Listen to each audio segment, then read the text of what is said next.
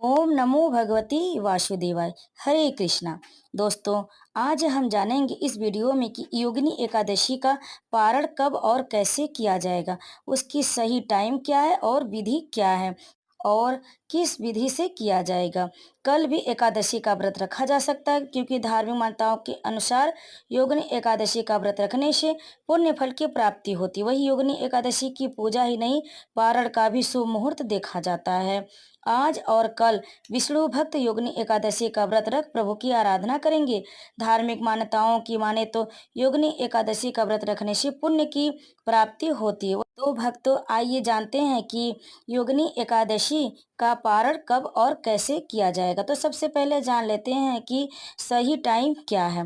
पंचांग के अनुसार पारण करने का शुभ समय होगा आषाढ़ महीने की कृष्ण पक्ष एकादशी तिथि का व्रत पारण 22 जून को गृहस्थ लोग व 23 जून को वैष्णव व गौड़ संप्रदाय के लोग करेंगे।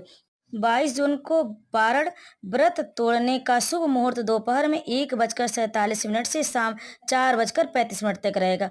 पारण तिथि के दिन हरिवासर समाप्त होने का समय 9:41 से लेकर है। 23 जून को पारण व्रत तोड़ने का मुहूर्त होगा सुबह 5:24 से लेकर 8:12 तक सुबह में रहेगा। पारण के दिन द्वादशी सूर्योदय से पहले ही समाप्त हो जाएगी। अब आइए जानते हैं योगिनी एकादशी व्रत के पारण की विधि। किस प्रकार से आप योगिनी एकादशी व्रत के पारण करेंगे। एकादशी के दिन आप स्नान आदि कर स्वच्छ वस्त्र धारण कर लें। फिर भगवान श्री हरि विष्णु का जलाभिषेक करें।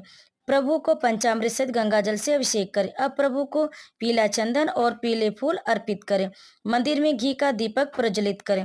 अब श्री विष्णु को पीला चंदन और पीले पुष्प अर्पित करें।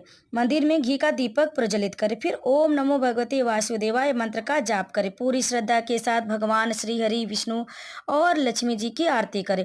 प्रभु को तुलसी सहित भोग लगाएं। अंत में व्रत संकल्प पूर्ण करने व क्षमा प्रार्थना करें। व्रत पारण के समय कुछ बातों का अवश्य ध्यान दें। दृक पंचांग के अनुसार एकादशी व्रत के अगले दिन सूर्योदय के उदय होने के बाद पारण किया जाता है।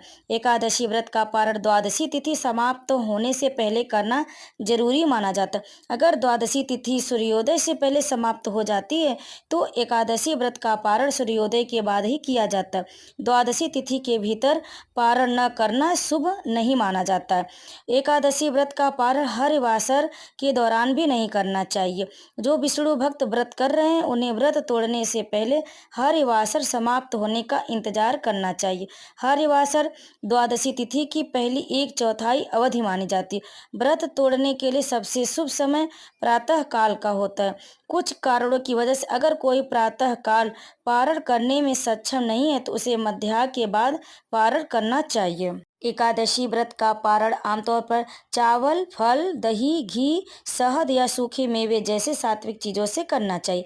एकादशी व्रत के अगले दिन सूर्योदय के बाद पारण करना चाहिए और द्वादशी तिथि समाप्त होने से पहले पारण करना आवश्यक है। एकादशी के दूसरे दिन, जिसे द्वादशी कहा जाता है, चावल खाना शुभ माना जाता है। ऐसा माना जाता है कि इस दिन चावल खाने से जीवन में सुख समृद्धि आती है और परेशानियां दूर होती।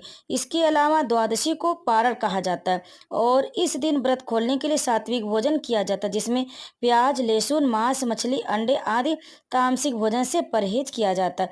द्वादशी को चावल के अलावा आप जौ, गेहूं, मूंग, सेंधा, नमक, काली मिर्च, शर्करा और गोघृत आदि का भी सेवन कर सकते हैं। हालांकि कुछ पदार्थों से बचना चाहिए, जैसे फूल गोभी, गाजर, शलजम, पालक, कुल्फा का साग। एकादशी व्रत का पारण द्वादशी तिथि में किया जाता है। एकादशी व्रत पारण करने वाले को द्वादशी के दिन मिठाई खानी चाहिए। व्रत पारण के दिन सबसे पहले भगवान को भोग लगाना चाहिए और उसके बाद स्योम ग्रहण करना चाहिए। इस दिन सात्विक भोजन खाना सुनिश्चित करें। प्याज, लहसुन के सेवन से बचें। तो दोस्तों, अगर आपको हमारी जानकारी पसंद आई हो तो वीडियो को लाइक करें, शेयर करें और कमेंट में विष्णु भगवान की जय अवश्य लिखें और हमारे चैनल को सब्सक्राइब जरूर कर लें। आप सभी पर श्री विष्णु भगवान की कृपा सदैव बनी रहे। तो प्रेम से बोले विष्णु भगवान की जय।